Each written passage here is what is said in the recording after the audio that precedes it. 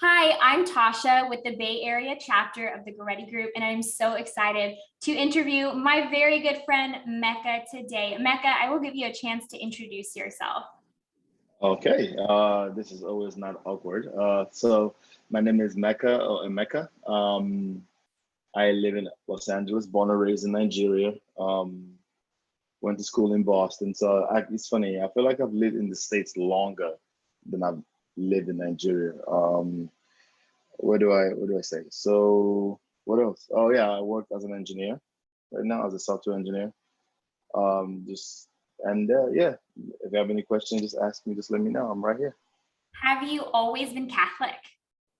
Yes, born and raised. My mom and my dad, I would say, strong, devout Catholics. I mean, when I say, because my growing up in Nigeria, my tribe is actually mostly Catholics. I actually went to seminary, believe it or not. I was like junior seminary. I spent 3 years in the seminary school. My, I think my mom wanted me to become a priest. I think God chose otherwise. In addition to being an engineer, you are also an actor and a stand-up comedian, yes? Yes, well, I don't know if I would say I'm currently because I used to do stand-up comedy. I still want to go back. I just haven't had time. Got married, have a baby, work, provide all that beautiful stuff. So I'm trying to. I'm still writing. I never stopped writing. I want to try to go back on stage, and I have a few projects that I'm working on. There's something called Sons of Jezebel that I'm working on. It's a TV series, hopefully to get picked up. Yeah, so I'm still involved in that aspect, but I wouldn't say it's been a long time since I went on an audition, or maybe I haven't been on stage in a year or a year and a half, and that's a little scary to go back on stage. But I'm excited. Well, a Yeah, lot of actors haven't been with COVID and everything else, so that is true. That is true. That is true. That is true. That's true. Yeah, you're right.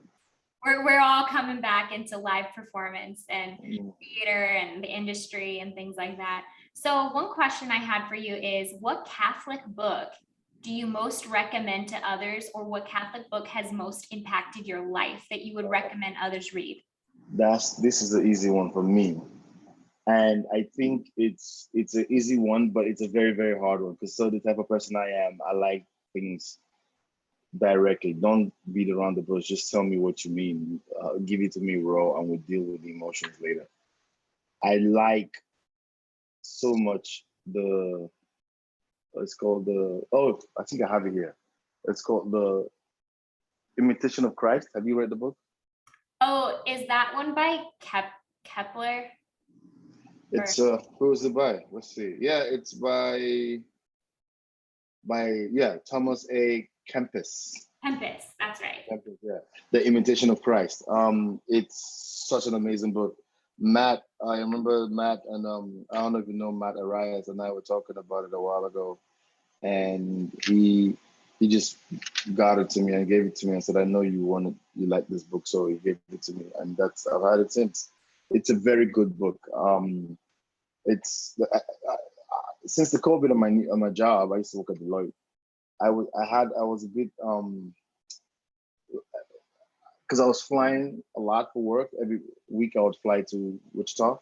So, and the truth is, I slacked with the whole COVID situation at work. I slacked on my daily readings and devote on my, my daily devotion, my devotion time with God.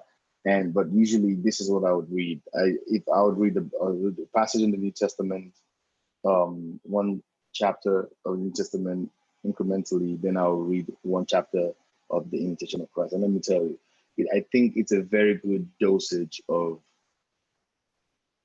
like I think it's a good daily pill to take as you wake up. Read one chapter. Maybe if you can read one at night, that's before you go to bed is good because what happens is it keeps you balanced.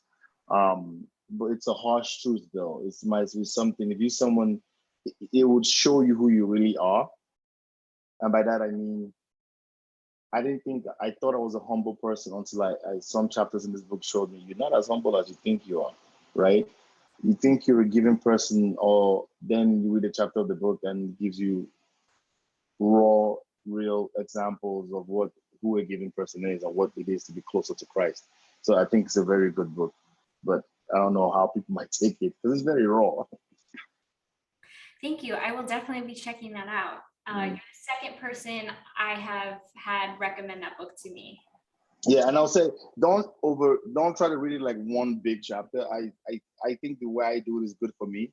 I read one chapter a day because it's even though some chapters might be one page or half a page or half one paragraph, but if you read it and it's like you meditate. It's like studying the Bible. You don't read the Bible like a novel. You study it. You read one chapter or one line, try to ask the Holy Spirit to come into your life and say, what are you trying to teach me here? And yeah. So I think that's the way I try to look at it. That's the way I try to look at it because I try to meditate on it and like think about what I'm supposed to be learning from this and apply that to my life for that day. Yeah, it's a good book. It's a very good book. So, Mecca, you have achieved something that many of us single Catholics are trying to achieve, especially our single Catholic brothers. You are married to a beautiful woman, beautiful, faithful Catholic woman, and you have a child. Yes, this is true. So, I want you to give us some advice. Give Catholic brothers some advice on dating, pursuing women. How do they come across confident and not prideful, but not like, cringy? See, that's I mean, to be quite honest, I think being a man myself, I think it's easy to just say. I think the idea is I think both our Catholic women sisters and our Catholic brothers have we I mean I guess the saying is it takes two to tango, right? It's not just the men doing all the work. Like the ladies also have to do the work too, because it has to be like I believe it has to be some type of like understanding and union. Both persons have to agree, right? So, but what I would say, I know, man, it's hard. This is why it's hard. I know you and I have we touched about it, we touched on it recently, just a little bit. It's hard these days for these young men. If I was single these days, to be honest with you, I think I'll be scared, because it's very because you don't know if you listen to the secular world and I know I've been I've been around a few Catholics, and not every Catholic is truly a practicing Catholic. I know Catholics who believe in abortion, who actually go to mass every day or every Sunday. I know Catholics who believe in the death penalty. Like I know different Catholics, and it goes to show that we as a people, usually what we do is we choose what we want to choose based on what we want, right? We always will hear what we want to hear. So, but the question you asked me is, how would I talk to the young men? Man, I would say it's, man, because the era I grew up in, we're used to rejection, right? It's part of being a guy who is attracted to a woman who wants to go, So you get used to earlier on, like, trying to talk to a girl and her shutting you down. That's part of the plan, So you just know it's a numbers game. But I think what I like and seeing in the Catholic Union, and especially in the group I've been hanging out with, especially like in the Vine. Were you in the Vine? Did you Yeah, ever go? we met Okay. in Divine. Yeah. Yes. So at the Vine, when we first started, and I came shortly after that, I saw what I liked was everybody going in there. Now, for the most part, everybody who joined the Vine, even I who joined the Vine, people who were trying to take their faith seriously. I was someone who was living a very secular lifestyle. And I was at that point, was like, and I wouldn't say I felt like calling. I just felt I was at a turning point in my life where it felt like everything, and the way God works sometimes, everything was shutting down, and it felt like He was drawing me to come closer. And by struck like just by faith, I stumbled into someone who invited me to the Vine. And what I saw there was everybody else almost at that point had similar story like I had. People who were converts. I know people their parents are all atheists and still secular, and but they found the faith themselves. I mean, I guess the Holy Spirit touched them directly, and which I think is an amazing, it's a very hard and amazing thing to actually break the mold from what you're used to. And what I saw in terms of like the intent of people coming together was guy meets girl and having this courtship with, it was just very organic. And to see it go from hanging out, and we all, I mean, when I say hanging out, we try to do it because we're not secular. We're trying to do the Catholic way, which is there's a chemistry, and you like to, we all go out after the vine, probably go to Ernie's, go grab some drinks, go grab some food, but it's all everybody going together to keep each other accountable. And you had the girl, which I think was amazing. Luis used to have guys' night for guys to sit down and just, you know, smoke cigars and drink. And yes, Catholic men do drink, but responsibly. And, you know, it's a very good way to bond.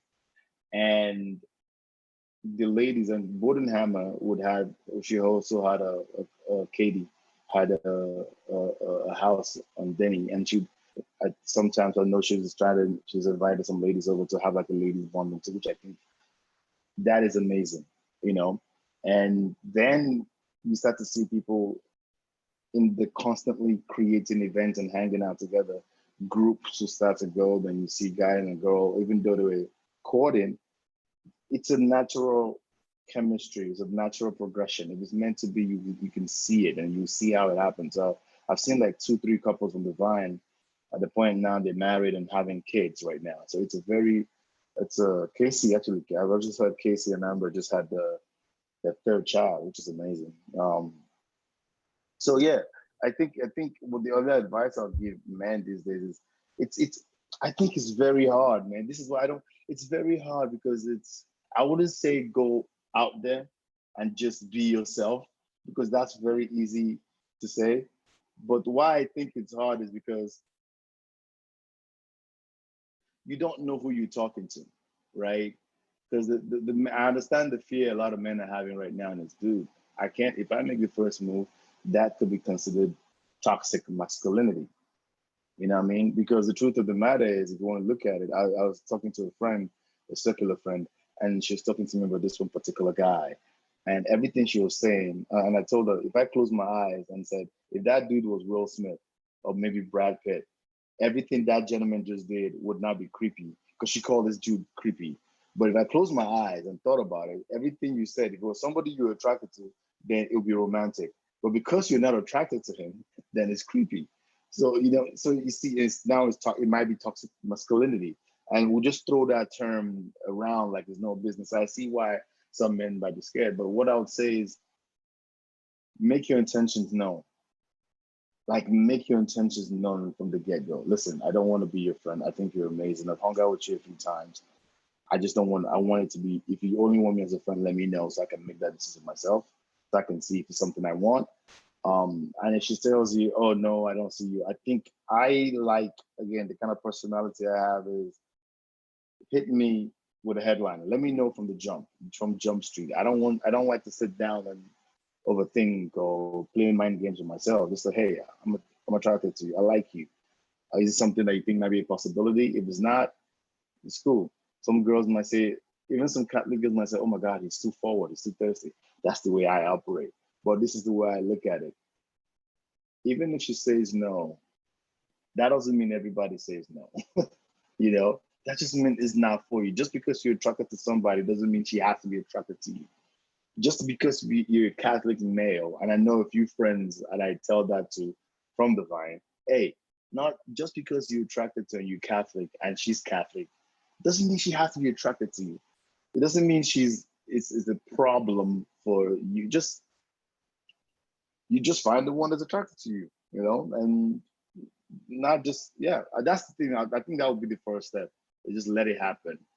What I noticed, which I think was cool, was the way,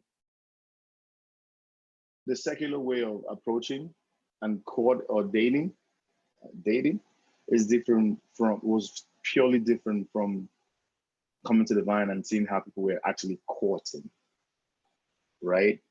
And I thought that was there was something childlike, innocent, and good about the Catholic way, which is it was quite pure in terms of like the nervousness I've seen some guys have and the certain naivete of like, ooh, you know, like yeah. It's just watching the progression to marriage. It's been amazing. I don't know if that answered your question, but that's It did. And I love what you said about just being upfront and honest from the beginning about what someone's intentions are or how they see you. I wish many times that men had either said, I like you just as a friend and nothing more, and I'm not attracted to you, or I see you as a sister, or had said, I am romantically interested in you, I want to date you. What do I got to do to try to date you? Because I maybe not necessarily phrasing it that way, but I would rather know, because there's a new term now. It's called a situationship, where a lot of people are in a situationship where you don't really know, are we friends? Are we more than friends? It's a situation instead of a relationship. yeah. And it usually ends up with a lot of confusion and hurt feelings, and then no friendship afterward, because one person feels like let on or their time was wasted. And sometimes people pine for someone for a very long time, and they turn down other options, they turn down other people. Yeah. And that person's like, oh, I never saw you that way. And they're like completely, they're like, what? Yeah. So let me touch on that. One, I think I agree with you when you said situationship. I think those are terms. I assume we're talking to Catholics now, right?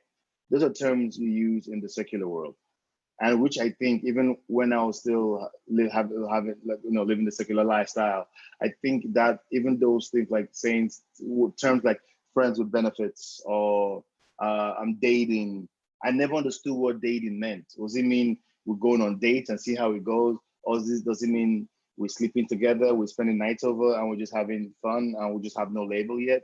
So those were always, I think, when you have things like that, when you have terms like that, it makes it confusing. So when I'm talking about this group, in my mind, as I'm talking to the Catholic brothers and sisters, right? So in that situation, I'm saying you should not be in a situationship. You know, that's not part of the deal.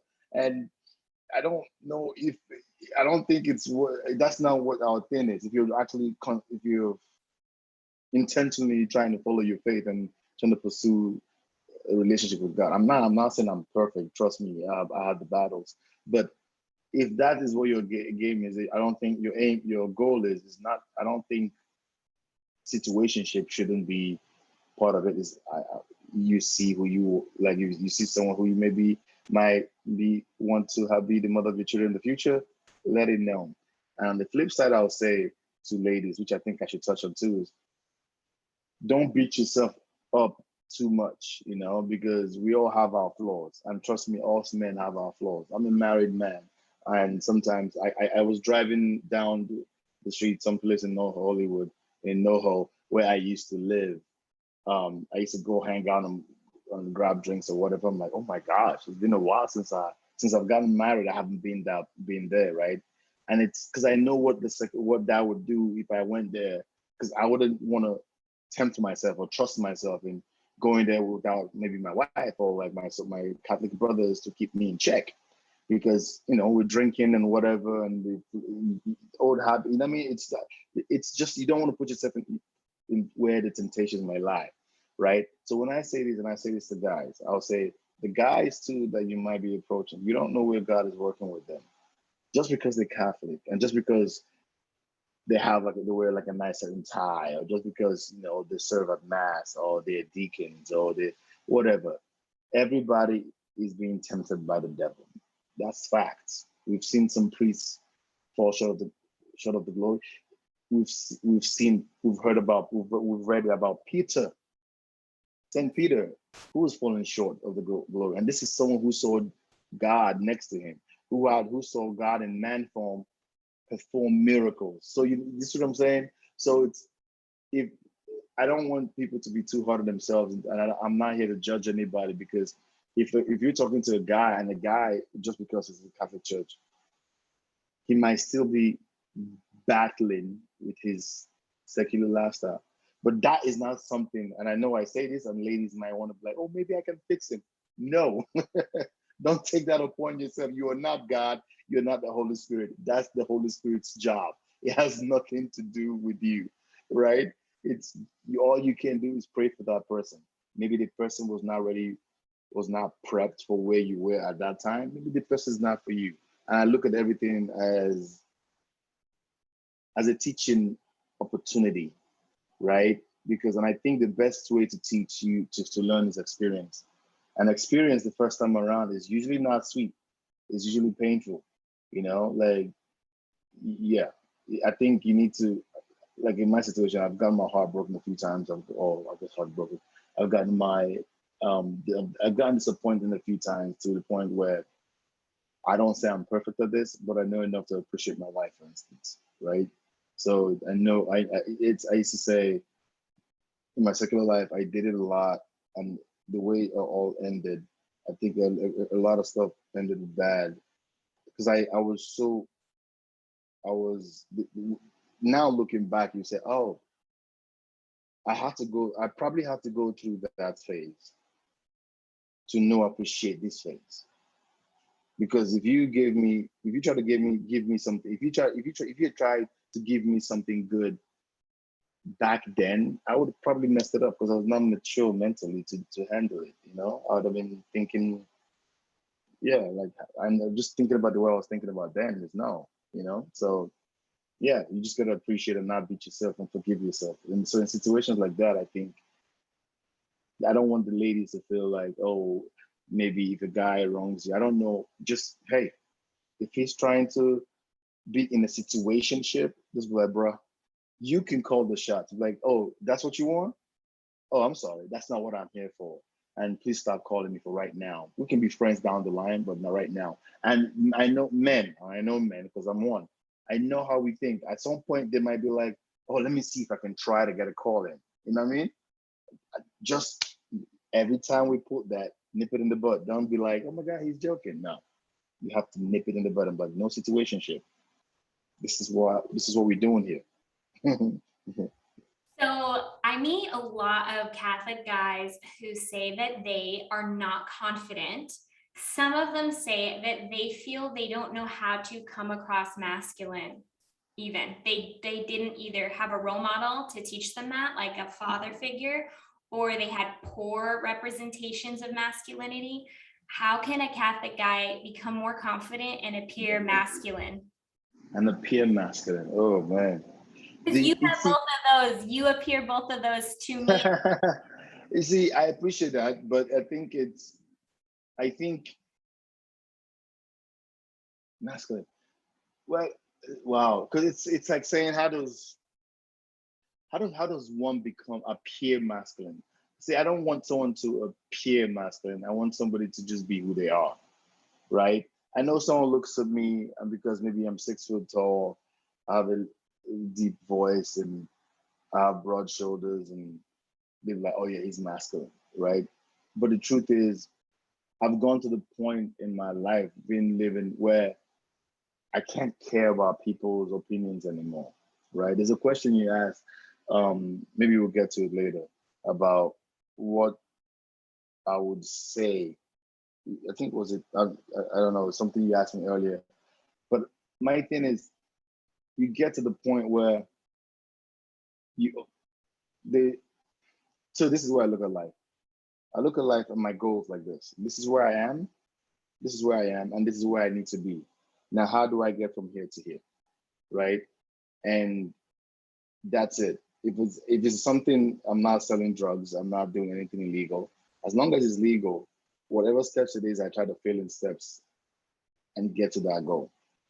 So, and that's why I say how I feel. So I guess when you say that and try to be unapologetic about it, and if I hurt your feelings, I will apologize. I'm sorry, but that's not my intention. And I've learned if you don't take, if I say I'm sorry and you're like, I don't accept your apology, there's nothing I can do at that point. Like I've done my best. So people can see that as confident just because Emeka doesn't, but that's who I am. And the only thing I'll advise maybe single young Catholic men is if you're doing what you have to do, like go get a, if you're working in something where you want to work or get a hobby that you like to, something you like. The only it's not, it's like you can force a horse to the river, but you can't force him to drink, right? That's so when you say teach him masculinity, I don't know if it's something you have to. I'll give you an example. So there was, have you ever watched Bruce Almighty? Yes, it's been a while. Okay. Yes. So there's one line I liked where Morgan Freeman, who played, I guess, the godlike figure, was talking to Jim Carrey. Jim Carrey, and Jim Carrey was saying like, I don't know, why can't I do this? Why can't you give me this? Or and Morgan Freeman said to him, and that line, it just made me go, crap, that's so true. Let me pay attention, because the line was, let me say, and I paraphrase. It goes, Morgan Freeman says to Jim Carrey, if you're asking God for courage, do you think he just gives you courage, or he puts you in situations where you show courage and you learn courage, right? If you're asking God for confidence, do you think he just gives you confidence, or he puts you in a situation where you have to be confident, right? The people don't understand, like growing up, I used to be shy a lot. I was very shy. But for some reason, sometime around when I turned like 12, 13, I just said to myself, I will constantly put myself in situations that will make me uncomfortable. I will force myself into that to the point where I will get comfortable in the uncomfortable, in my uncomfortableness, or in the uncomfortable spot, right? Because I've been so, it's like going to interviews. The first interview you go, you're always uncomfortable, you mess up. But you do it so much that you get comfortable in the silence, or you get comfortable in that space, right? And this is the same thing. So I have this thing where if I want to do something, as long as it's legal, I ask myself, if I have the second guess of like, oh, maybe you shouldn't do it because you're scared, or I get up and go do it. I just go do it before I think myself out of it. Like going on stage to tell stand up, the scariest thing ever. The scariest thing ever. Everybody looking at you like, it just looks like they're looking at you judgmentally. What are you going to say now, sir? You know? And you have to go there and just like find your own presence and say your little prayer and just say what you say. So confidence doesn't just come. You have to go on stage. You have to show up. It's going to be scary, but guess what? It gets better. Like today is scary. Tomorrow is less scary than the first day. The 10th day is less scary than the 9th day. And that's how, by the time you go, you look back, you be like, crap, 2 months ago, I was scared as crap, you know? And it's, yeah. So when you say teach somebody that, is, I think the thing is you just gotta, that's my methodology, or my mentality. I was gonna say like methodology. I think that's the word I was looking for. Oh gosh, that was a hard one. So my method is to just handle it face on. Like to just, like if I have a feeling, just say, hey, this is how I feel. And if you don't like it, yeah. So if I were to summarize your answers, just to Sorry, I know. I love everything you said. I tell you, I go back and forth. I go on tangents. I apologize. No, don't apologize. I love it. So how to be more confident. One thing is to get out of your comfort zone. Don't talk yourself out of it. Don't overthink it. Just take action, go do something, because that's how you build courage and confidence, is by basically doing things that make you feel uncomfortable. Yeah, that's it. And then with regard to how to be more masculine, I would take away that you said, know yourself, be unapologetic about who you are and what you believe, and then have goals and basically have a plan for how are you going to achieve that goal? How are you going to get to that next step? I can't listen. Yeah, that's it. And to add to that, I think there's something my spiritual director said to me a few years ago. He goes, once, because he knew I worked out, and he goes, because I was telling him how stressed I was at the time. He goes, when's the last time you went to the gym? I'm like, it's been a month. He goes, you need to go back to the gym. You know, because there's something about working out. Because he's my spiritual director is about 89 years old, and he still wakes up in the morning and goes for a run. You know, so old Irish man, and with had the like a Irish mentality of life. And you want to, and I think for men, because we're physical, the way we are, you need to do something. That's the way. That's why God made us masculine. That's why God made us men. You want to go do something and hit the gym. I know Alex D used to be like he does something carpentry, but I think something where you do something with your hand, even if it's like physical, like lift weights, or do some like even jog. It just gets you endorphins. I think men and women should do that, but for men, definitely our advice. If you're gonna take my advice, yeah. If not, find something else you like. Not just being sitting by the computer and writing, doing whatever you're doing, or writing code or whatever it is, but try to do something that'll take you outdoors. And like, I think I would say workout is the best thing I can think about, as opposed to like going to build something from the ground. Yeah, it helps you with your your state of mind, and you feel that once you start to see results, you start to breathe better, and you feel like, oh my God, my blood is pumping different. It sends signals to your brain, and you're like, yeah, I feel like I can do anything. And that's how you wake up, you say your prayer, go work out, come out, and your day is up. It's high energy. So yeah, I would add that to that. So, one other question I had is, can you tell me about a time when a failure actually led to a success, or tell me about one of your favorite failures? Man, okay, so I'll give you two. I'll try to keep it as short as I can. The first one, I think you and I have discussed about before, and it's the one of my job. So I used to work at a hotel, and it just so happened that like they had new management, and I got but so what I will say is they fired me just because I don't want to sound like a victim here, but they fired me and nobody gave me a reason why they fired me till today. It's like not a justifiable reason anyways. And they said I was sleeping on the clock, and there was no proof to show that I was sleeping at all. But that happened, and the friends that I thought I met at work. So then I realized the difference between working, work friends, and friends. And as soon as I got fired, everybody I knew, who I used to go hang out with, grab a drink with, go drive to Vegas with, stopped calling and stopped reaching out. For some reason, it felt like you were tainted. Like also, you realize, oh, I guess we're just work friends. We're just work buddies. We're not real friends. But I was distraught because those were the friends that I had moving to LA, and some of my secular friends from like acting class or whatnot. All, all that stuff, all the friendship I had in that secular life just stopped. I lost my job, and I just lost all my friends, just like that. And I'm not the type to use the word friends very loosely. It made me understand that there's a lot of people that I know, and a few people I call friends. Just because you're friends and we're friends and Facebook says we're friends doesn't mean we're actual friends. It just means I've met you once or twice, right?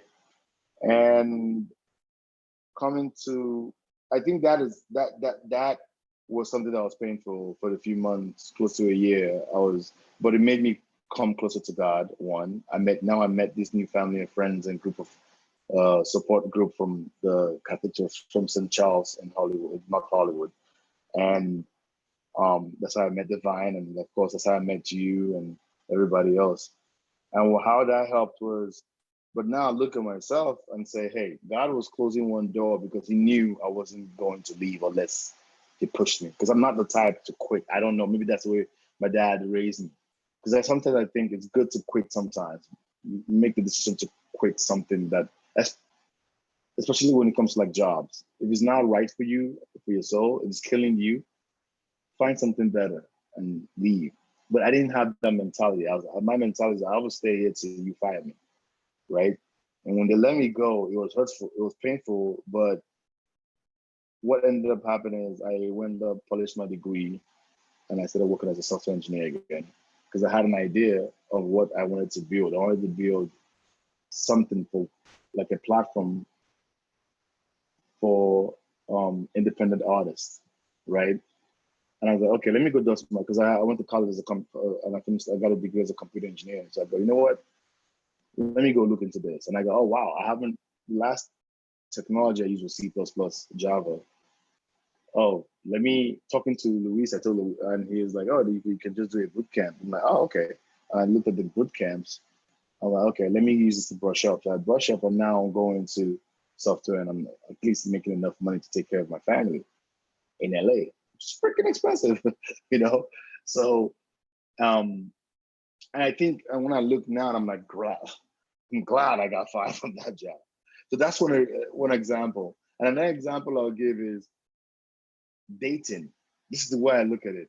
This is the way I look at it. Since it's the topic we're talking about, every courtship, dating, whatever situationship, whatever, if it doesn't work, that is a blessing from God.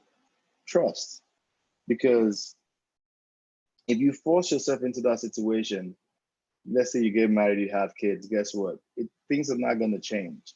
But for whatever reason, if someone says, I'm done, or this doesn't work out, look at that as a blessing. Even if you find out like someone you caught is cheating on you, and maybe they're not willing to stop cheating, or maybe if it's something you don't feel like you can, at least you know that then before you actually jump in fully. So that's the way I look at it. I look at it as oh my gosh, thank you for this blessing. You just gave me a blessing by showing me or telling me this or ending this with me. So that way I can know for not, like, because I think by the time you have kids, it might be too late. So that's the way I look at it. You always got to look at if something ends, God is actually making room for you for something else to come in, and usually something better. But it's that trust. You have to trust that. And trust me, I'm working on that, the trusting part. It's very hard, but it's just knowing that and trusting that. Yeah.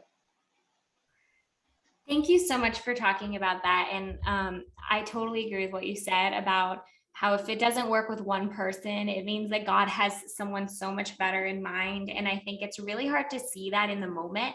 Yeah. Sometimes people feel like that was my last chance. Am I the only one who's ever felt like that sometimes? No. Yeah. It's because at that moment when it's going on, the easiest thing for you to go is, oh God, why me? Look at this person. She's already getting married. Person C has had the third child. You can start naming this, but you don't know. But the truth of the matter is, you don't know how God is working with each of those people, right? So you just focus on your relationship with God, and trust me, it's when He comes, you be like, it's gonna be like 10 years later, like, oh my gosh, I can't believe, So you just gotta. So how did you know that your wife was the one? When did you start to realize that? So my wife. So when I went home to Nigeria, I got introduced because my mom has been trying to matchmake me for a long time, and I just kept on like, no, I'm not gonna be one of those dudes who get matchmade. But my wife's mother is friends with my aunt, so I got introduced to her. Like, hey, this no, see. Then I came, and we're talking for the most part. But I think the thing that did it for me was I kept on, because you see, the sad thing about experience too is you get jaded with experience, right? Because you hold, if you're not careful, and I'm worried, I'm struggling with that. You hold on to not only the good things but also the bad things someone has done to you, right? We usually hold on to those the most. So in any relationship I go into, I keep on. It's like you just wait. I just give myself. I say, okay, by the third month, because the first 2-3 months of dating or situationship or whatever it is people want to call it in the secular world, you're not really showing yourself. It feels like, not me. I'm 100, but you realize that the person is not. If you hanging out with someone, there's some things you know. Oh yeah, this person hasn't. They're always putting on makeup, or you haven't seen them in sweats. Okay, this person, I don't know this true person yet. I'm just seeing the representative, right?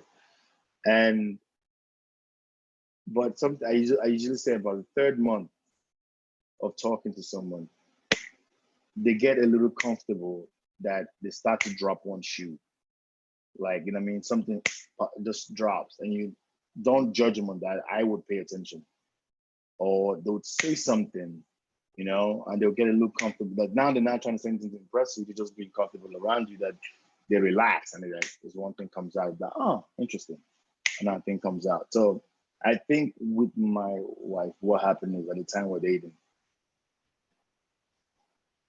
I kept on waiting for the shoe to drop, but the shoe never dropped, right? And it was, I don't know how to say it, because I kept on saying, it hit me one time I was praying and the voice just said, you're the only one that is fighting for this, even though you know this is good for you, right?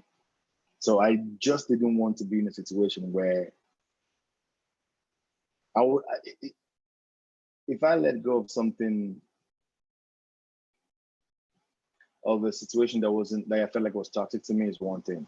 I can live with that. But if I let go of something good, and that maybe God is telling me, every sign points that this is what is right for me. If I let go of that, then I don't know if I could. I don't want to live with regrets, you know. And I decided to sit down, and I think it's like praying and having her check all the boxes. Her parents were Catholic. And later on, I found out that her dad went to the same seminary that I went to, you know? Yeah, her dad, he wanted to be a priest. Like, he really wanted to be a priest. But things happened, and it didn't work out that way. So, yeah. So I think, I just feel, I think the mistake we make as people, sometimes we look for a sign, you know? Like, I do some stuff sometime where I would grab a coin and say, like, someone said, this is the same. If someone says, like, you know how you toss a coin and say heads, I go on stage, tails, I give up on stand-up comedy or whatever, right? As you flip it and you toss it, right? You put over your hand, right before you raise your palm to look at what, if it's head or tails, you already know what it is you wanted to show. And that's what you should be. So you don't need the coin. You don't need signs, really. You know, you just need to know what is right for you and the truth, and just go on it.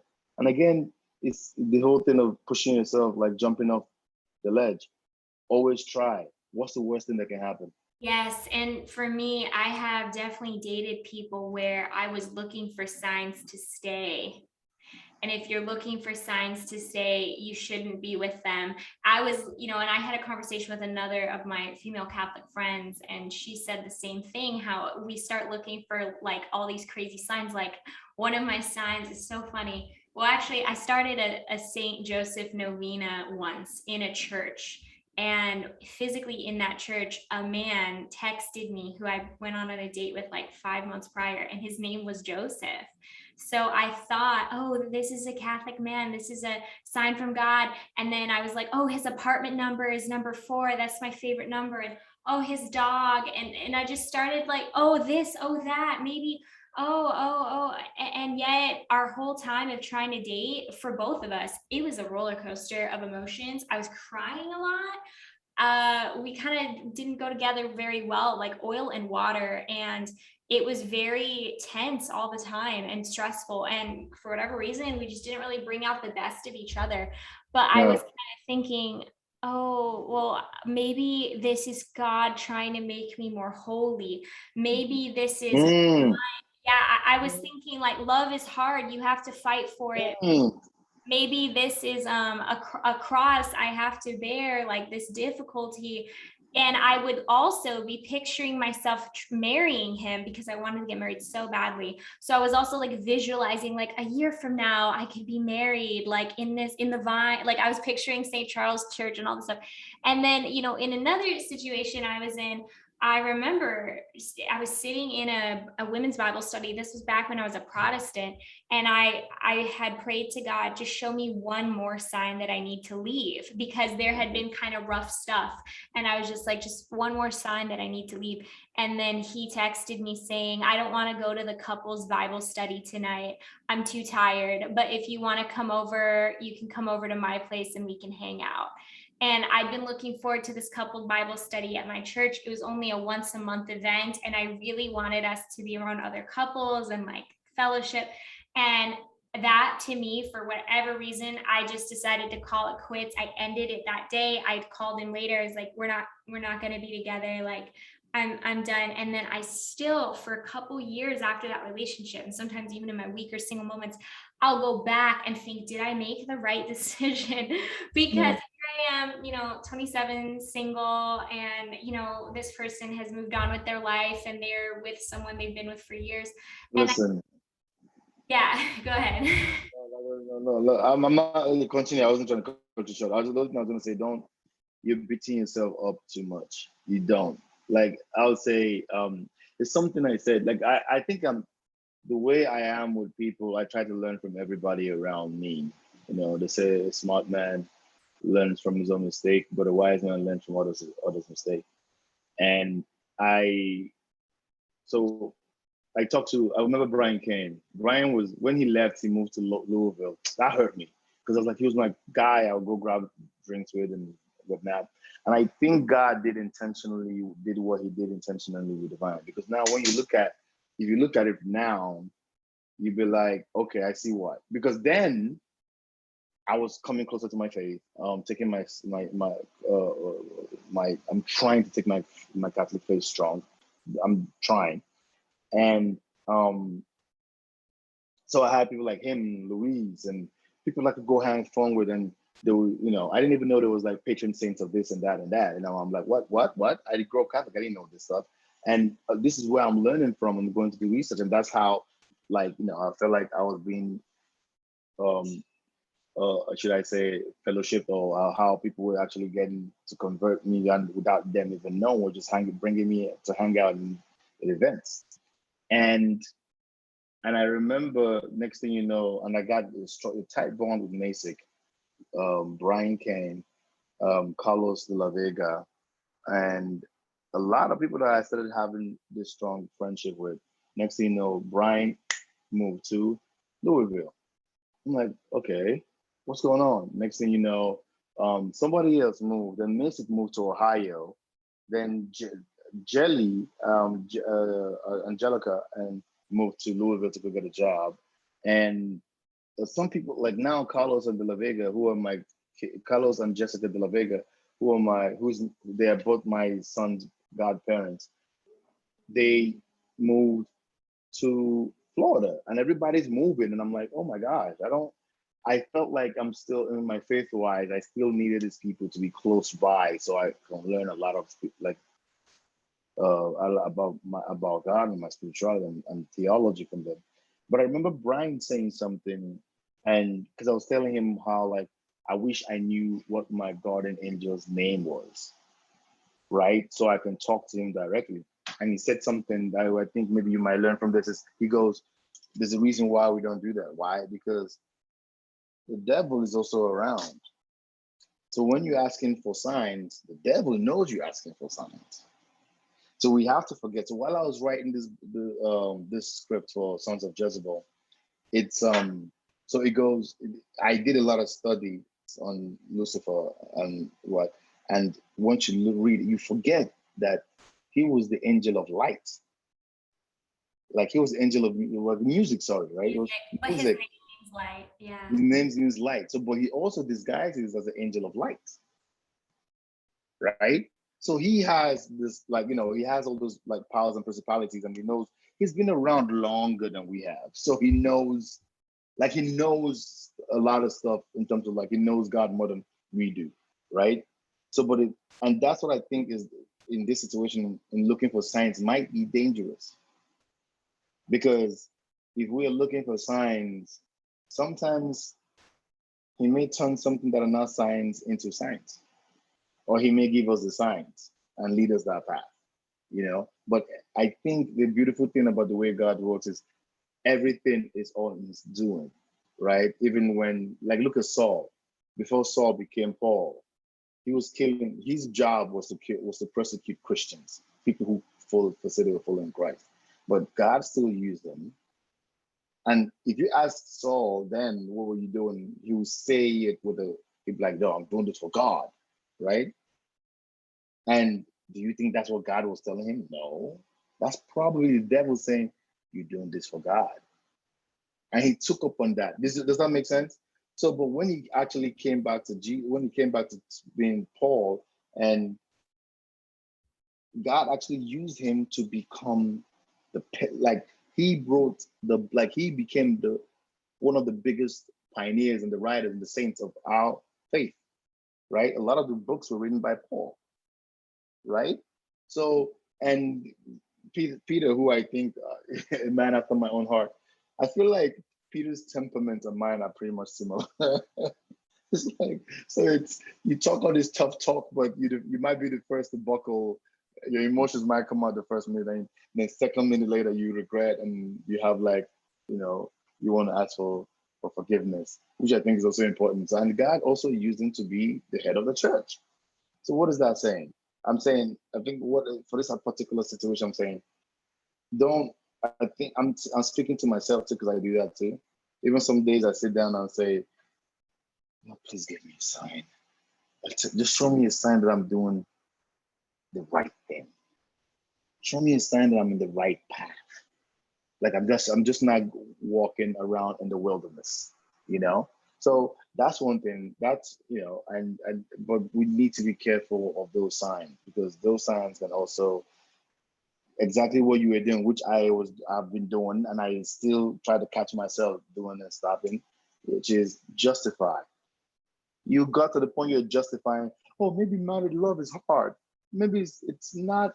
You should talk to other couples and see. It's not easy, like in marriage life, especially when you have a kid and everybody, your focus is like the kid crying and getting sick, and boy, do kids get sick, So but in the courting process, it's just the two of you and you're just building. It shouldn't get that hard at time, And when you're courting, it should be open book. If you feel like there's something where that's not somebody you need, I'm not saying that person's a bad person. I'm just saying God is still working with that person. And again, I tell ladies, I have to look at the camera when I say this. It is not your job to try to save them. No, it is not your job. It is not your job to try to fix them. Your job could be to pray for them. Like I wouldn't go marry somebody because if the person is an alcoholic and has a problem with alcohol, and be like, no, I will save them. No, I'll be here for you, and hopefully, you can get it, and I help me as a friend, help you get it into control and pray for you. And if you need to go into rehab, I'll help you go into rehab and do whatever. But if I see you constantly not trying to go into rehab or taking medications or whatnot, then I'm leading the horse to the river, but the horse is not trying to drink from the river. So if you're not trying to drink, then I have to let you go do what you got to do and pray for you, So please don't do that. And guys are stupid. I was about to say an amen, and the Holy Spirit was like rebuking me, but no, I mean, I say that, but then I also pray for my husband. And I would say no. This is why I said I'm sorry. I'm not supposed to say we're stupid, but guys, we are silly in terms of, because I've seen a few guys who say, "Oh my gosh, I can't, man. Kim Kardashian is so fine. I can't wait. Like I'll make her my wife in a heartbeat." And they're dead serious. And I'm like, you don't even like. She's like, what? Like, So that's how we go with my eyes. And sometimes we see something. Maybe the society we live in. I don't know if it's the guy's fault or the girl's fault, but we have a situation where we have someone who's nice in front of us or who's good, and I've heard this in the past too. If you treat the girl nice, she looks at you, she walks all over you, and that could happen to on the other side too. If a girl treats a guy nice, he'd be like, "Oh, I got what I want at school." Guys want it a little difficult. Those are the guys who are playing games. You don't need that. Like that's the way I look at it. I'll be like, if I told you I liked you, now you're like, oh, it's okay, Mecca likes me. Then you start to act up. You start to, try to think you can just walk all over me. Now you think what's the word they use? Thirsty, right? To me, that's now you've showed me that, oh, you're not what I thought you were.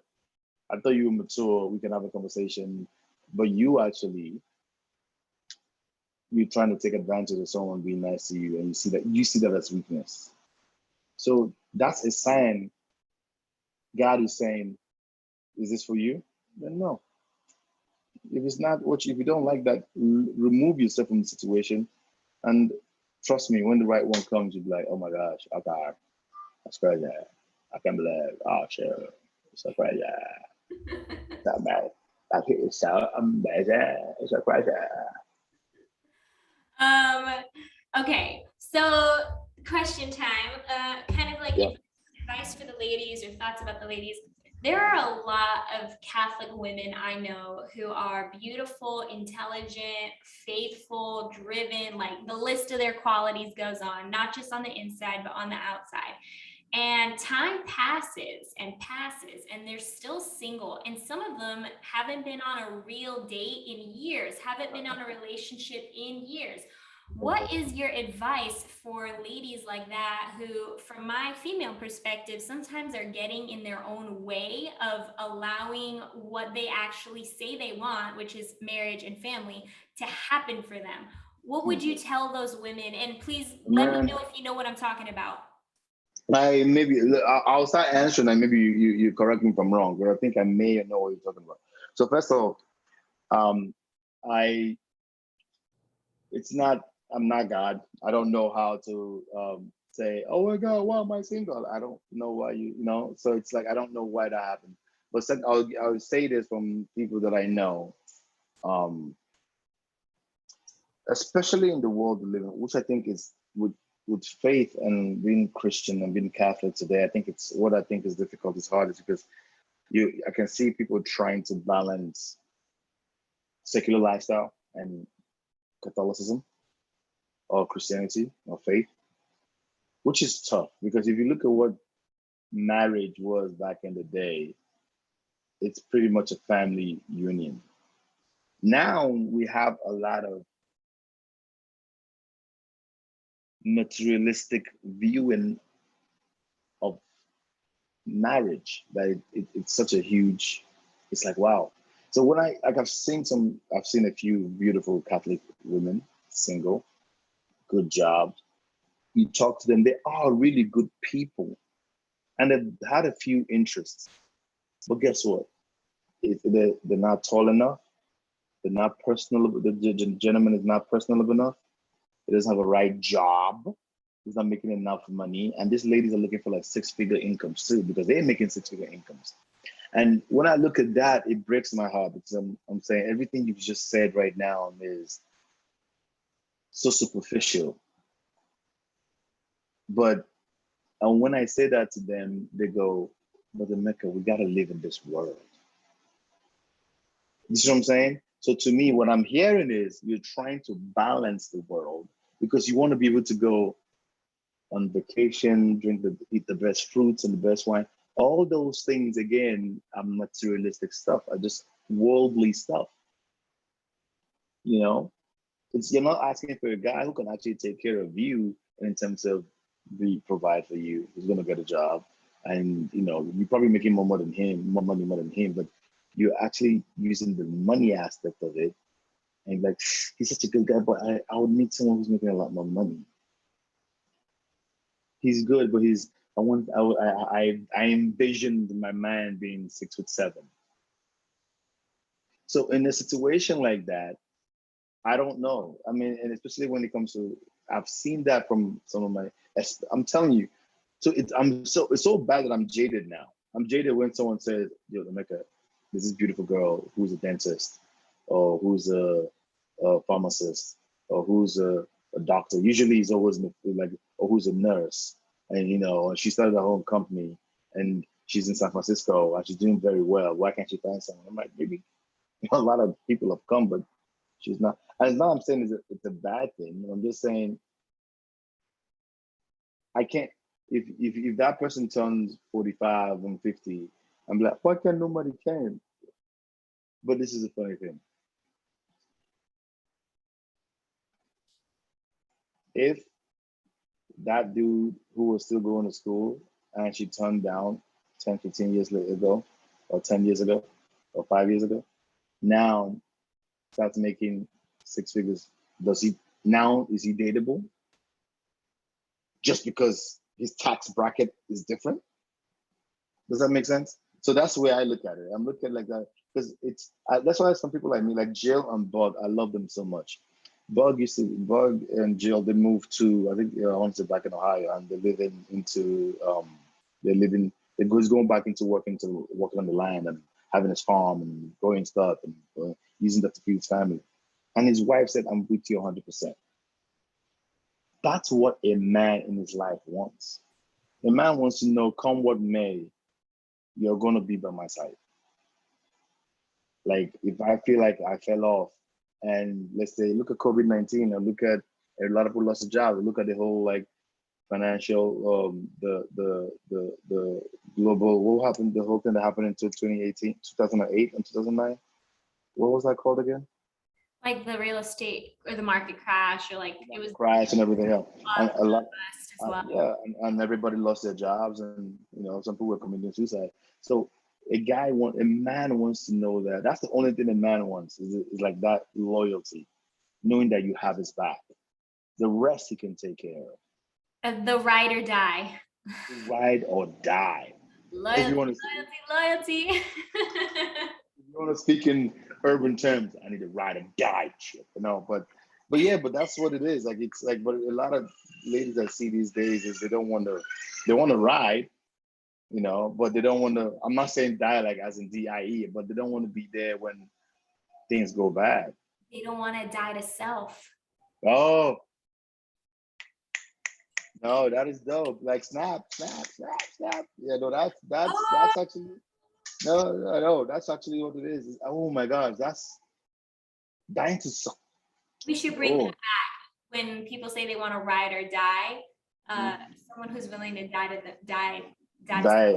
I think but that's the thing though, because I think even with guys, but maybe some guys understand this more than women understand their position. And I say this, but I think a lot of the problems that happen that's wrong with but even in the secular lifestyle world, is what is wrong in relationships and family, like dynamic between men and women, is we're in this world now where nobody wants to play the position. We all have positions. One position is not more important than the other position. It's equally important, but we have positions. When a woman wants to play the position of a man because maybe she's making more money, or the man wants to play the position of a woman, it doesn't work. It doesn't work. It doesn't work. It doesn't work. But men know, like a lot of men know, listen, whatever comes, like happens for my wife and kids, I know I have to go first. I know that. But a lot of females I'm seeing these days too, but a lot of men these days don't see that way. And even some females these days too are looking at it like, I can jump ship if it doesn't work out. So. What would you say to the men who think that they're not ready yet for a serious relationship, or they're not ready for marriage, but they have a job, maybe they're in their mid-20s, late 20s, even early 30s. Even mid-30s, yeah. Mid-30s, and they still have sort of a juvenile mindset. And I'll kind of tell you my experience, like with one guy I was talking to, just a friend, he was making all these excuses about how he's just not ready to be like that person yet. And he was saying how he wants to do all this good for the world and, help the world, do all these things. And I was thinking, well, what will mature you real fast is get married and have a family. Like, if you really think that you want to help the world and do all these things, if you had a wife and a child, like right then you would basically have to kind of force yourself to grow up. And the The reason I said that, to give more context, is he was saying that he felt like he knew he was stuck in an adolescent mindset, in like a college mindset, even though he was past those years. And Yeah. he was like, I know I'm still kind of in that college mindset. I don't really know how to get out of it. I really want to help the world. And I was thinking, like, why don't you get serious about like marrying a woman? Because there's so many godly women who are kind of just, I'm just gonna get my little soapbox, waiting for men to step up. They don't have to be perfect. They just have to show up, literally, like just show up. You don't have It's to be. tough. Yeah. Oh, sorry. Go ahead. That was pretty much it. But what would you say to the men who are, Oh, 27, 20, 29, 30, 33? They're still kind of in this 35. Even we know some men that are 40, 43, 45. What are you doing, bro? Like, you say you want to get married, but you don't ask out anyone on serious dates. Or if you do, it's like 1 or 2 or 3 dates, and then you just start not feeling it for some vague reason. what would I say? That's a tough question because it's um like I don't try to tell people what to do with their life, right? And I think that's the first thing I learned a while ago that helped my view change. Because when I look at the world, you never hear me. I don't talk. I don't watch the news. I don't watch. I don't. All that stuff doesn't. Why? Because first of all, each side is the moment you have an interest, like if you're making money off something, it becomes questionable for me. So whether you Republican or you Democrat, once you realize that everybody's just creating chaos just because that's what's profitable, but they don't realize that this is what could kill all of us. Like even you who's making money right now, if there's some one thing coronavirus taught us last year, being quarantined is you can be what $10 billion, but you can't leave your house to go spend it. You know what I mean? Like you just have to stay in that house and your money just piling up in the bank, but you're not really doing nothing with it, right? So I don't know how to tell people because I come from a place where I'm like, oh, like when you study the Bible or the Old Testament and New Testament, you realize that humans are humans. Like humans, we are flawed, right? So you can't change somebody who doesn't want to be changed. So all I can do is give advice. Whether you take it or not is left to you. All I can say is, hey, this is my experience, and this is what I'm learning from it. Hopefully, you can learn from that. Like it can help you too. But in terms of talking to men, A, I don't know these guys. There's going to be so much reason, so many reasons. A, it could be fear, failure to launch. B, it could be scared to leave the good old days. I remember when I was school in Boston, I must have been like 20. I'm 21, so it was my final year in college, it was my junior year in college, and we're going to a bar, and I saw two older gentlemen. They must have been like 55 at the time, and they had this like varsity like jacket on, right? And again, as usually as comics, sometimes you just watch people. And I've been a people watch for a while, right? You just like watch people to see try to understand what's going on. And I'm watching them and I realize what I'm watching is people who were the men in high school. But maybe life after high school or college didn't pan out the way you thought it was gonna pan out. And you wanted to relive that lifestyle. Like in your mind, that was the best years of your life. Like I've been that dude who's like, dude, college is a fun time, dude. College is a fun time. But I realized like after college, I can't do the same thing I was in college now, which is go to class, come back and find out how to chase girls. That's really what we did in college. Like just chasing girls. It's like going, oh yeah, how do I go get that girl? Like your whole thing revolved around getting that girl's number. Like me and my roommates, my friends would come back. I'm like, how many girls' number did you get tonight? That's what our mind as men, testosterone, like, our hormones were just like, it was like from 17, 18, 19, 20, you're like, oh, numbers, numbers, numbers. And you think about that now, and you're like, I can't keep doing that at 28. But some people don't want to leave that because that was fun. But if that's for you, then I don't know. I can't give you advice on that. I just, it's like if someone says, you know what, I want to drink till I die, how do you advise that person? It's just for, oh, this is for you. Oh, that's okay, cool. My whole thing is when I hear people like that say that and I say, oh my God, I don't like my friend, he is 43 now and he's not, and he's just so stuck in his ways. And I was telling him, like, I'm scared that you'd never get married. He goes, honestly, if I don't, I'm okay with it, you know? And I'm like, okay, cool. But I told him my fear for you too is 20 years from now, when all your friends are going to their kids' graduation, because everything happens in sets and groups. Like the same kids that you went to high school with, you go to college with, then you graduate college together, then you get jobs together, then usually when you start seeing your friends getting married, you want to get married too. So everything in groups. So once you guys get married, then you start to see yourself like you go to the point where your grandparents now or your parents now who are going for each other's friends' kids' wedding, right? And I was telling him, I don't want the point when it comes where all your friends' children are graduating from college, God willing, and you start to miss that or regret that. Or you say, yo, Mecca, you want to come out tonight? I'm like, nah, man, I'm staying with the family. I got, oh yeah, my kids and my grandkids are coming over. And I only get to see them once or twice a year. And now you have to go home into your apartment and you know what I mean? So that's what I look at it that way. But like, if you don't, like, if you're okay with that, say, yeah, nah, just fine. I just go, do whatever I want to do, and with no companion. I'll find a girl who's old too and wants to retire with me. And listen, that's between you and God. I have no qualm to that. That's not, again, it's not my job to fix you. It's not. It's no. So if those guys that continue to complain and if they're not complaining, yeah, leave them. Or if they complain, you be like, why are you complaining? You chose this lifestyle. You want this. Oh my God, this girl did this to me. Then get married and stop dealing with girls that will keep on using you for meals or whatever it is, or doing this and that to you. And get married. Oh, you don't want to get married? You want to keep playing the field? This is what comes with playing the field and being on the streets. If you want to be out here in the streets like this, that's what the streets does. They do that to you.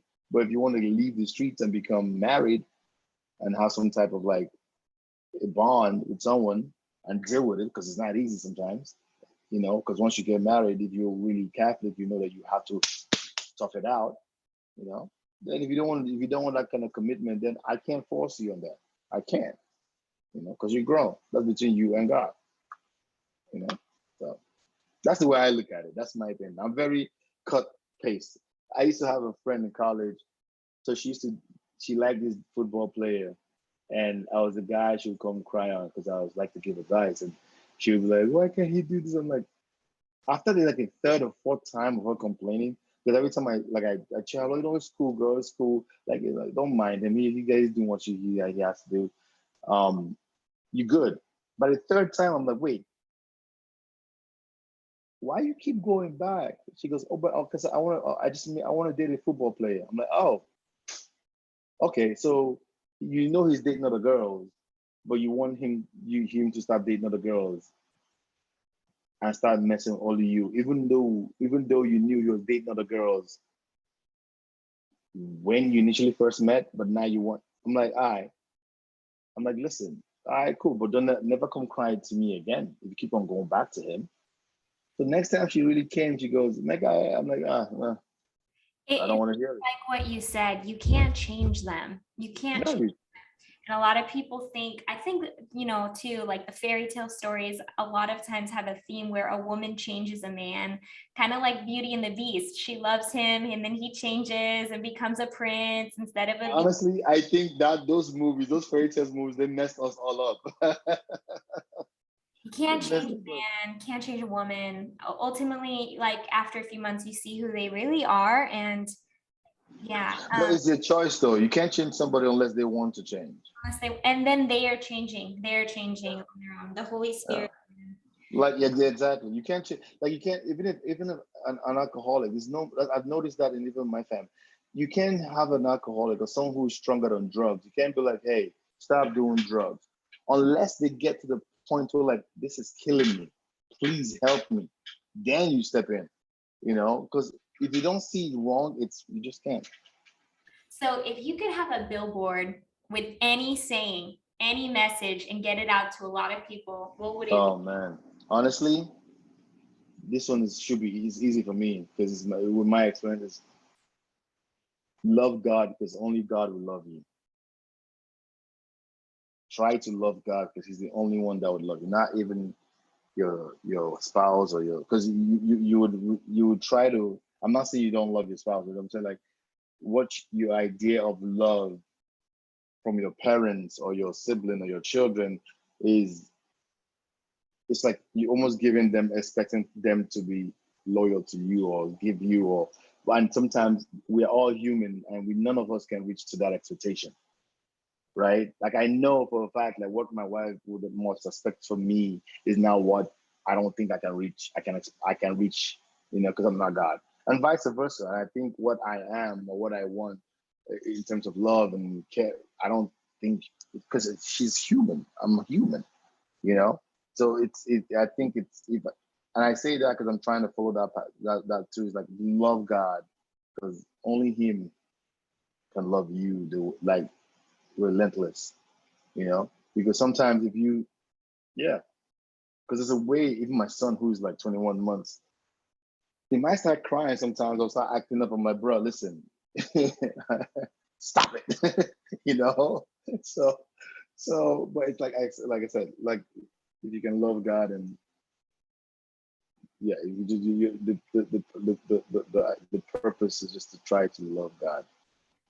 One Yeah. other question came to my mind. This will be our actual last question. I was going to make that one our last one because nothing is more beautiful than what you just said. But how has fatherhood changed you? I got to go in with those heavy questions now. How has fatherhood changed you? Oh man, this is okay. I'll give you two. The second one is a very heavy one. It happened like 2 weeks ago. The first one is this. So I was craving.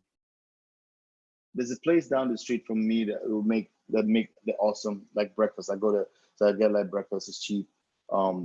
It's called the Town Cafe. It's amazing. It's like one of those old diners. Huh? What do you usually get? So this is what I get. So I either get the waffle combo with 3 eggs, or I'll get the biscuit and gravy combo. So now I haven't had the biscuit, and they make the killer biscuit and gravy. I like diners and I love breakfast food. So I would tell you when I say that the biscuit and gravy is the bomb, literally is amazing. So, and I hadn't had it in like maybe 6, 7 months, and I was craving it, right? I'm like, oh, cool. Let me go get it. And my boy is still at the time, maybe like 5.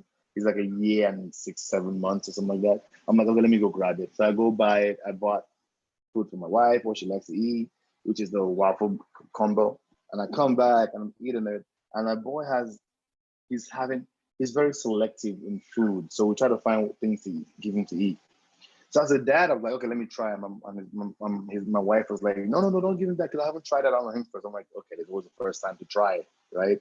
So I grabbed him, put him on my lap, and give him. He's trying to fight it. Like, I'm like, Papa, just taste it. If you don't like it, I'll stop. Nah, he tasted and like, and he sat there in front of me and ate more than half of my meal.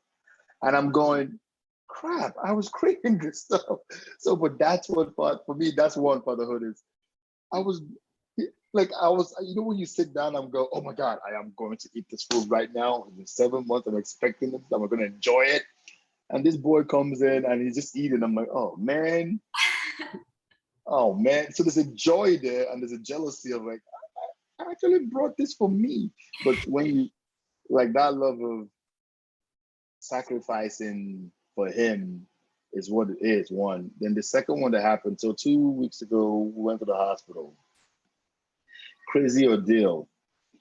My son he was in the hospital for 4 days, right? He couldn't eat, he couldn't drink, so we only had to give him IV.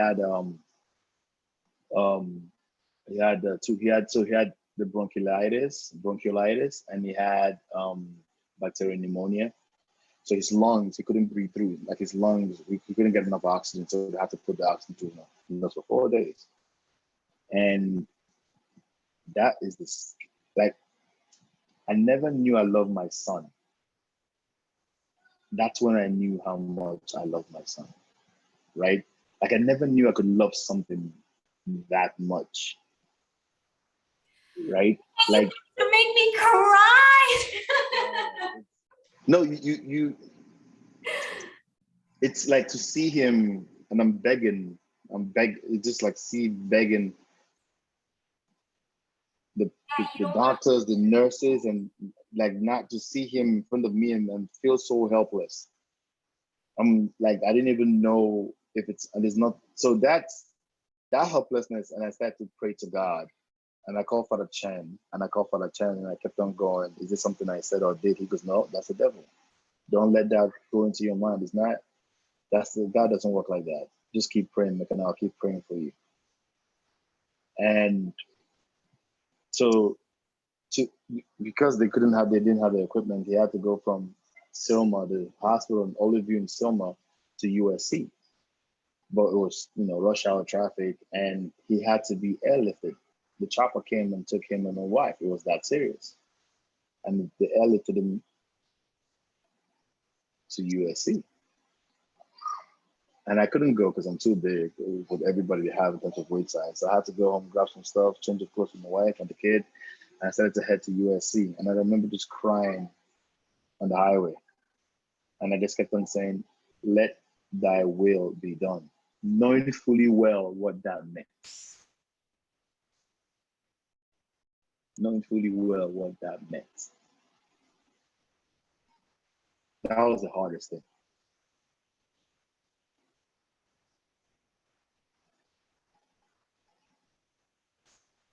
Man, that was the hardest thing. So when you ask me what does fatherhood mean to me, it's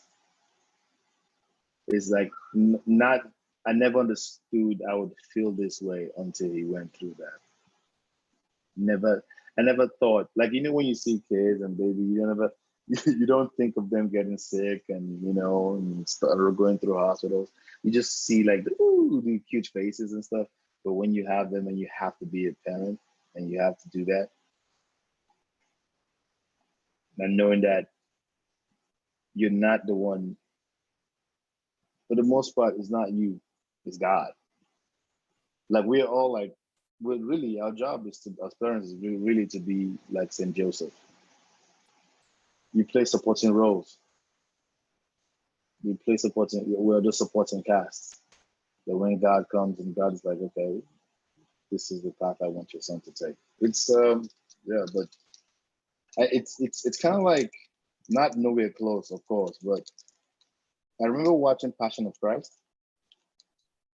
And you know what Passion of Christ taught me? I don't think a lot of people, maybe, I don't know if a lot of people notice that in there, but it's like, I realized that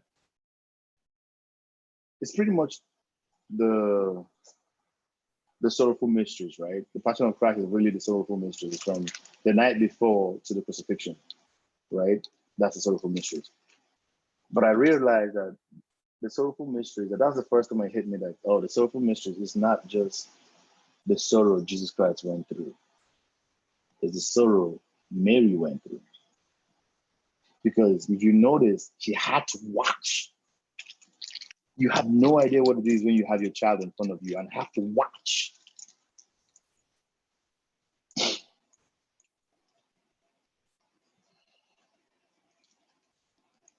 There's a rosary, actually, the 7 Sorrows of Mary rosary. It's sometimes called the Servite Rosary. I don't know if you've heard of it, but there's certain graces associated with it. And I've prayed it before. I discovered it on a retreat.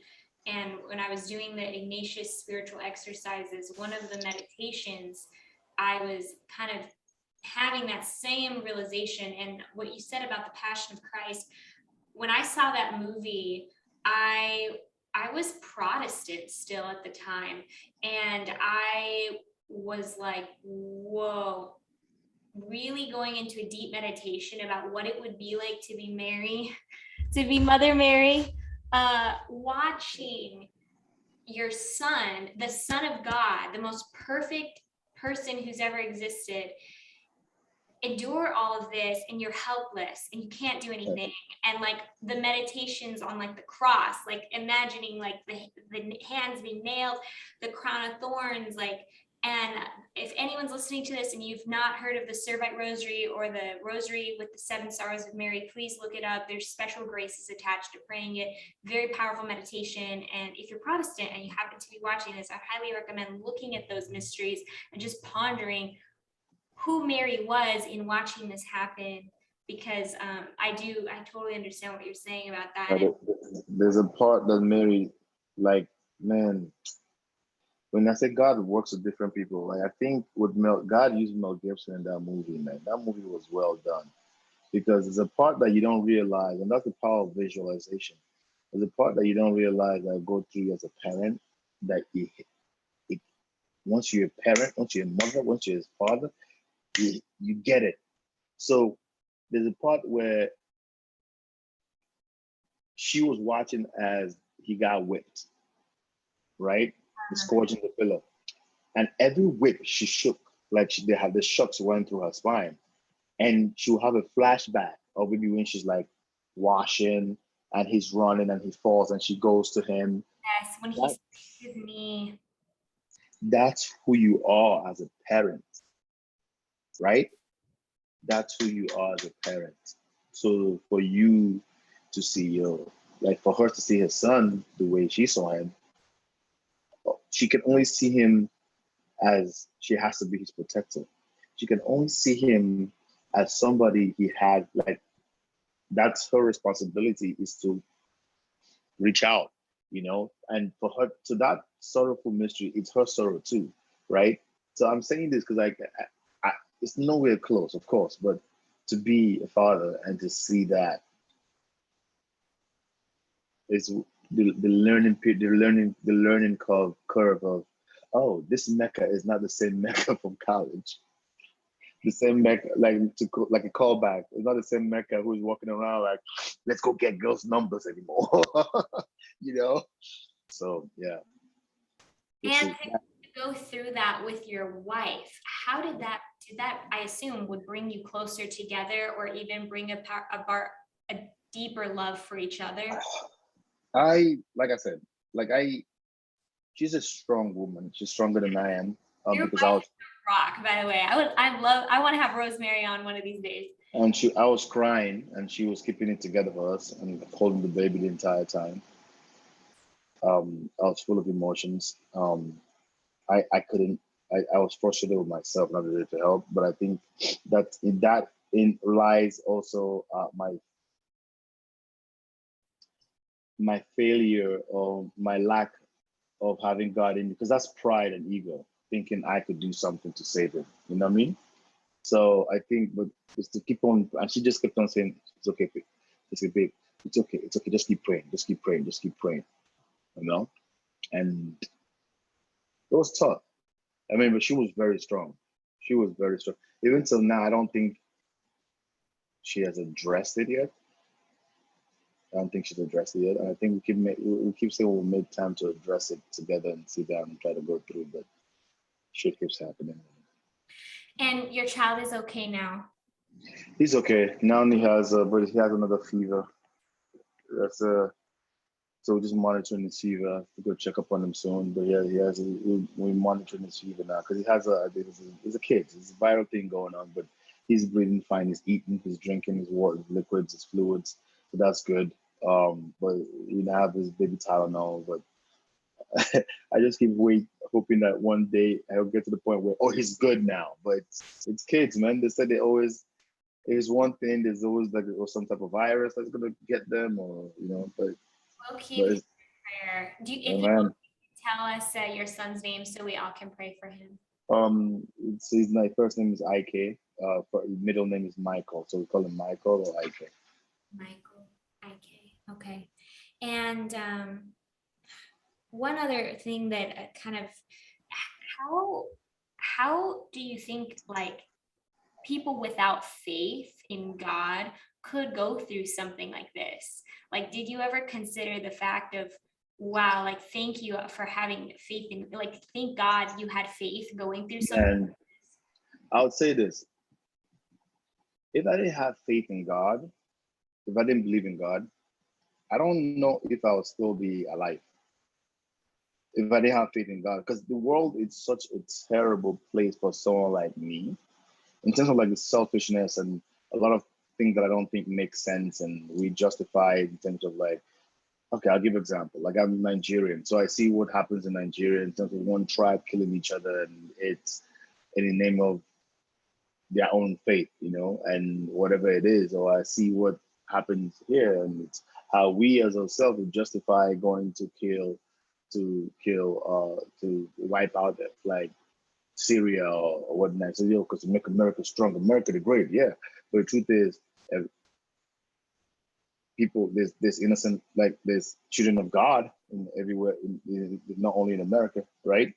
So, but that's where I look. So if I didn't have faith in God, if I didn't believe in God, if I don't believe in the overall true just, like justice, one through, not in terms of like, oh, it's gonna make everybody pay, but just in terms of, hey, we all have to answer to somebody when we leave.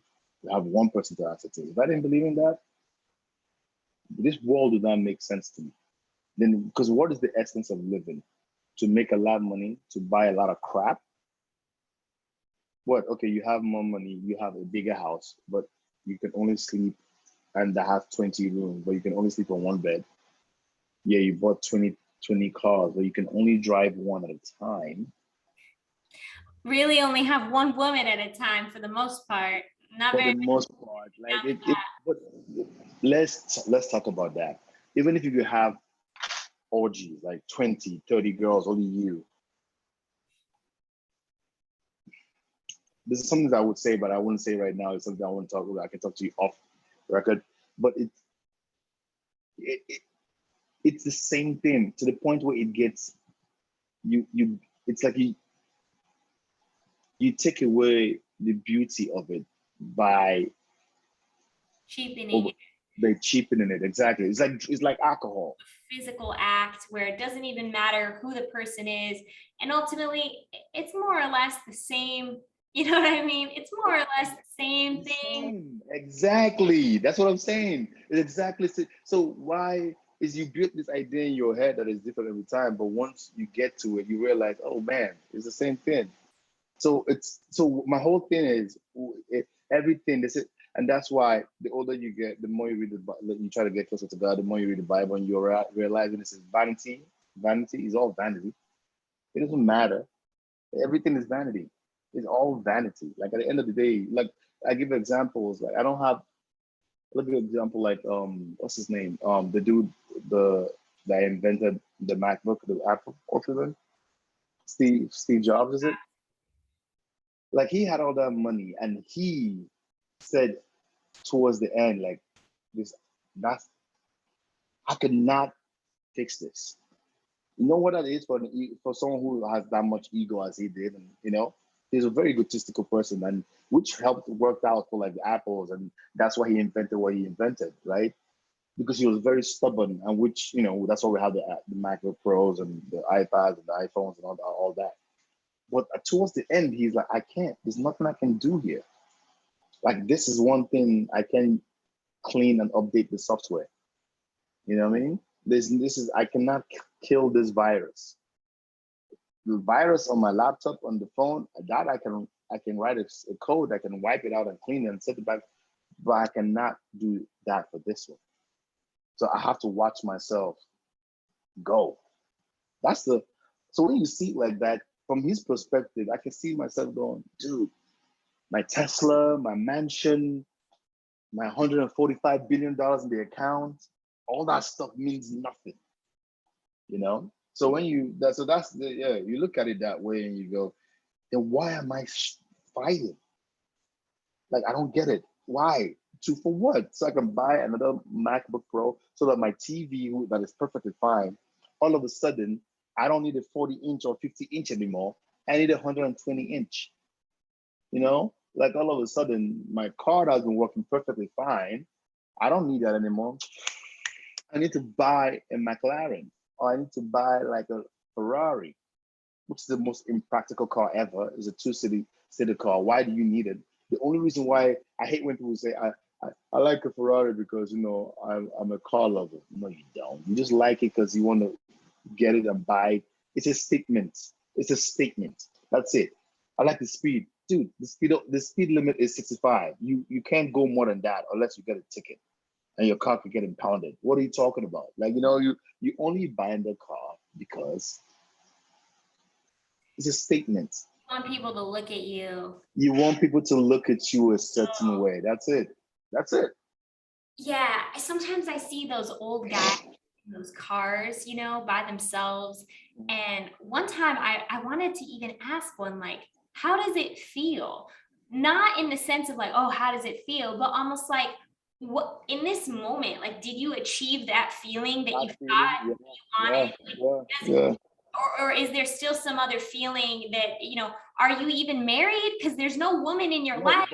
And young girls, like if a young girl like that were to say, how does it feel? It's not like, oh, I want to ride in your Ferrari with a 60-year-old man. But this is where I even look at the young girls that go over guys like that. And this is what breaks my heart. Because I look at those girls and I'm like, you went and gave a man your most priceless possession because he took you to nice restaurants. He drove you in a Ferrari and you get to sleep in his house. If you look at that, like all you did is sit in the car and watch everybody see you sit in the car. He didn't give you the car keys. You didn't drive it, first of all. Even if you drove it, what does that mean? Nothing. But you just sat in the car. Like you sat in it. It's like sitting in a Honda Accord or like a Toyota Camry like mine. You just sat in it. It took you from point A to point B the same way my Toyota Camry will take you. So I need to know. And you gave him something so priceless. And he went to a restaurant. He paid $200 a plate for a restaurant. It's food. It's still steak. It's still rice. It's still mashed potatoes. You drank the best champagne. What? So my thing is that what? Is it worth giving him that? If it is, so when you ask me that question, I think that's a very good question because I always say that to myself: is if I didn't believe in God, nothing in this life would make sense to me. Because I don't know why, but I've never been a money person, a materialistic person. So I used to talk to a girl before my secular days, and she was bragging about her celebrity boyfriend that she had at the time. She said, oh, he just made $2 or $3 million that year. And I go, okay, so could you help me sell this product? Like I was trying to sell my script, my Sons of Jezebel. And she stopped and she goes, what impresses you? I'm like, what do you mean? She goes, I just told you my ex-boyfriend, my boyfriend now or whatever, made $3 million and that did not move you. I'm like, yeah, why? What? It's money. It does not impress. I don't know why it doesn't. It doesn't. Like you have me, it doesn't impress me. Like I would wish I had I would want to have $3 million so I can invest in projects that I want to build and I wouldn't have to go like work a lot for like money to pay rent, but I would actually know how the kind of people that could help around me or invest in other people's projects, But just to say I had 3 million so I could, because that's what she did. Him and her flew to like first class to Miami and have like orgies and we flew to like Spain. So I was like, okay. I'm sorry. I know this is not the place, but I'm being. No. We can talk about anything. It's content. No, yeah. So that means I don't know that. So when you ask me that question, what, like, if you don't have faith, if I didn't believe in God, and I feel the same. I don't think this life means sense. It doesn't, because what is it? You keep on making money for what? To buy a bunch of crap that you don't need? It's just that's what you buy. Ferrari, Tesla, big house, nice clothes. You go buy a Balenciaga t-shirt for like 20,000 for two grand. Yeah. It's literally a white shirt that says Balenciaga on it. That's it. Or, I don't even know how to say the name. Or Louis Vuitton. So I don't know how. I don't know, man. It just doesn't. I still shop at Ross. So. And I think I would forever shop at Ross. Like even if I win the lottery, like $300 million a day, I would still go to Ross. Ross is the Maybe Ross is the SHIT. we'll get a sponsor for Ross one I know, right? Well, Mecca, thank you so much for this awesome conversation. Thanks for having. Oh my God, 2 hours almost. Yeah. I love how many topics we covered, and I think that this is one of my favorite conversations. So fruitful. I really, really appreciate you coming, and I do want to end with a Hail Mary. Yes, let's do it. Hail Mary, Hail Mary, full of grace, the the Lord is Lord with is with thee. thee. Blessed art Blessed art thou, thou amongst women, blessed is the and fruit blessed of is the thy womb, fruit of Jesus. Jesus. Holy Holy Mary, Mother Mother of of God, pray for our sins, God, now and at the hour of our death. Amen. please tell your wife I say hello. Of course, she loves you, by the way. I love her. Yeah. Keep us posted. Give me your Instagram handle, and we can follow you if you want to tell people what it is. I'll say it's not. I haven't been because I try to keep my Instagram. I'm still using it, but I'm trying to keep it like strictly not private. It's private. We can I'll accept you, but I'm trying to keep it just for like work because I almost started. I don't like posting family on there Yeah. because I almost started seeing myself going like, oh my God, everything. We're not allowed to be here now, like focusing. We do like every little thing that happens. I want everybody to see this, and I'm trying to stay away from that. So, but yeah, please, it's Mekaent, Mekaent, Mekaent. Yeah, follow me. Let me build some subscribers. Yes. All right. I'll press stop recording now. Thank you all. Okay.